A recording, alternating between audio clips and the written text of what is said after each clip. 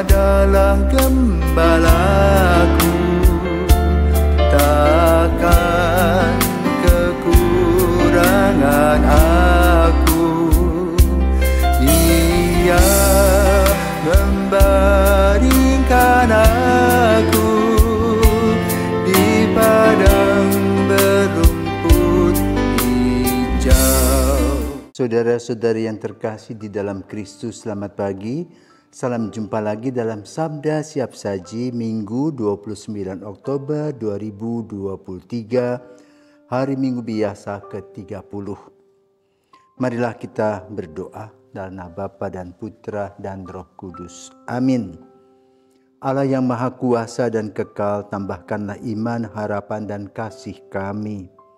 Ajarilah kami mencintai apa yang Engkau perintahkan, agar layak menerima apa yang Engkau janjikan, dengan pengantaraan Yesus Kristus Putramu Tuhan kami, yang bersama dengan Dikau dalam persatuan Roh Kudus, hidup dan berkuasa Allah sepanjang segala masa.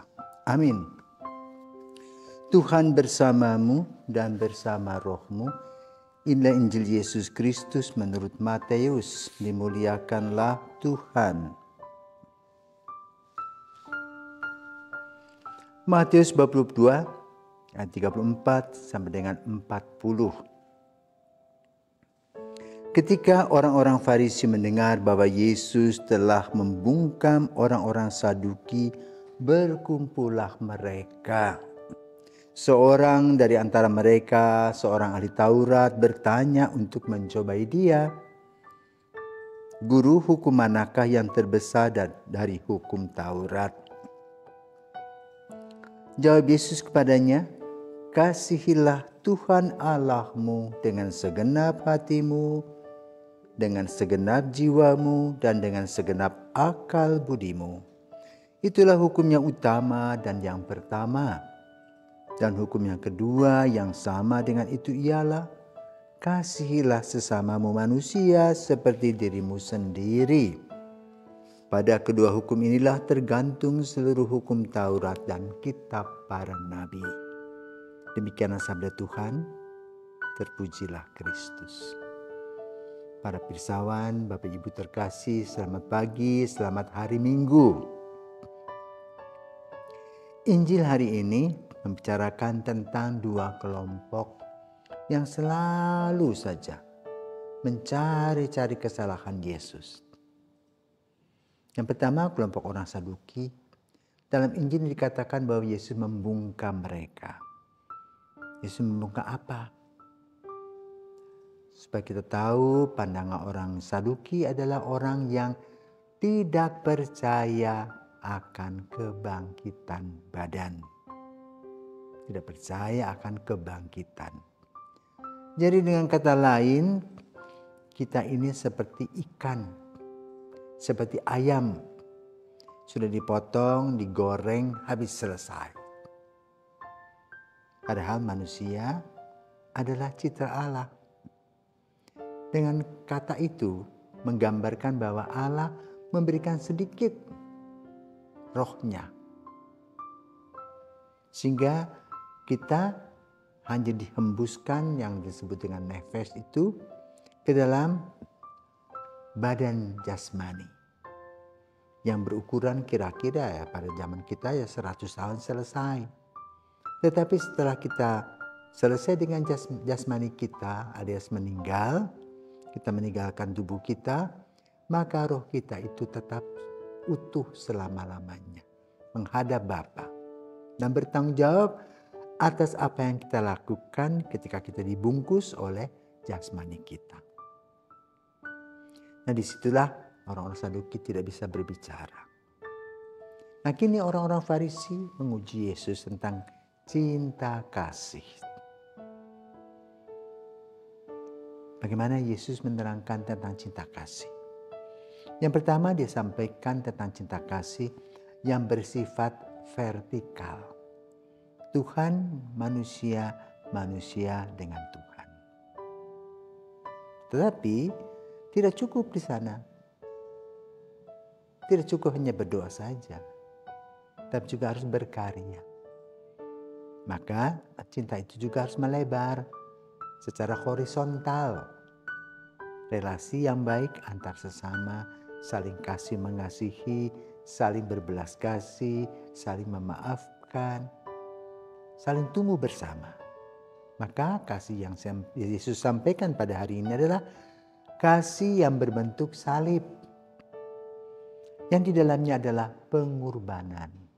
Sebagaimana yang dilakukan dalam peristiwa salib.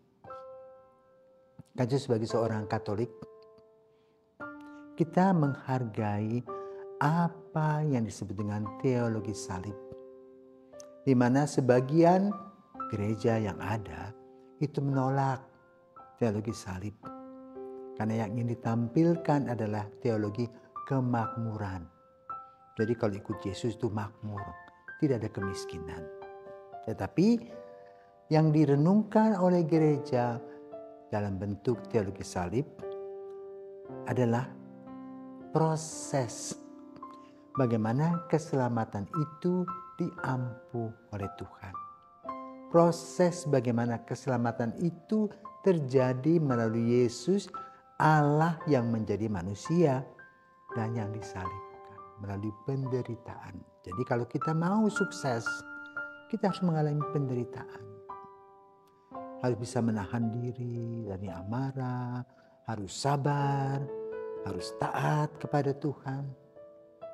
Dan itulah bagian dari kehidupan kita dalam proses jatuh bangun.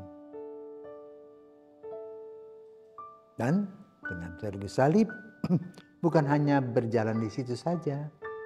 Yesus yang disalibkan, wafat, dan kemudian bangkit menjadi manusia baru.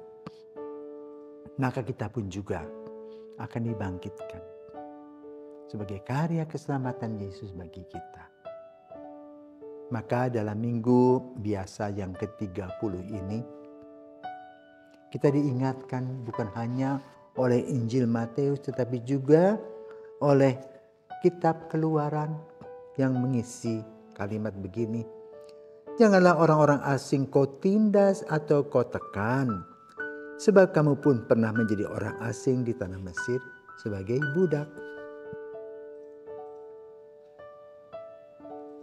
Yang kedua, Rasul Paulus menulis surat kepada umat di Tesalonika. Dan di sana dia ingin menekankan seperti ini. Saudara-saudara, kamu tahu bagaimana kami bekerja di antara kamu demi kepentinganmu. Dan kamu telah menjadi penurut kami dan penurut Tuhan. Dalam penindasan yang berat kamu telah menerima firman Tuhan dengan sukacita yang dikerjakan oleh Roh Kudus, sehingga kamu telah menjadi teladan untuk semua orang yang percaya. Semoga kita boleh mendapatkan berkat dan karunia melalui teologi salib dalam proses jatuh bangun, iman, harapan, dan kasih kita, sehingga kita menjadi seorang yang dewasa di dalam iman. Selamat pagi, selamat hari Minggu, Tuhan memberkati.